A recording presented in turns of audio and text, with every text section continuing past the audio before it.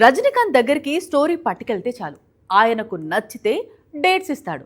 నిర్మాత ఎవరు అనేది రజనీ డిసైడ్ చేస్తాడు. ఇక మ్యూజిక్ డైరెక్టర్ విషయంలో మాత్రం దర్శకుడికి మరో చాయిస్ లేదు. ఎందుకంటే రాక్ స్టార్ అనిరుద్ రెడీగా ఉంటాడు. జైలర్ నుంచి ఈ జోడీ మ్యాజిక్ చేస్తూనే ఉంది. ప్రతి దర్శకుడికి ఒక్కో మ్యూజిక్ డైరెక్టర్ తో సింక్ ఉంటుంది. సుకుమార్ సినిమా అంటే దేవి పాటలు వినిపించాల్సిందే, రాజమౌళి అంటే కీరవాణి బీట్స్ షేక్ చేయాల్సిందే. కానీ రజనీకాంత్ దగ్గరికి వెళ్లిన దర్శకులకు మాత్రం అనిరుద్ మాత్రమే మ్యూజిక్ డైరెక్టర్. 2 ఏళ్ల క్రితం సూపర్ స్టార్ తో వెట్టాయన్ అనే మూవీ తీశాడు జ్ఞానవేల్. ఇతని మొదటి చిత్రం జై భీమ్.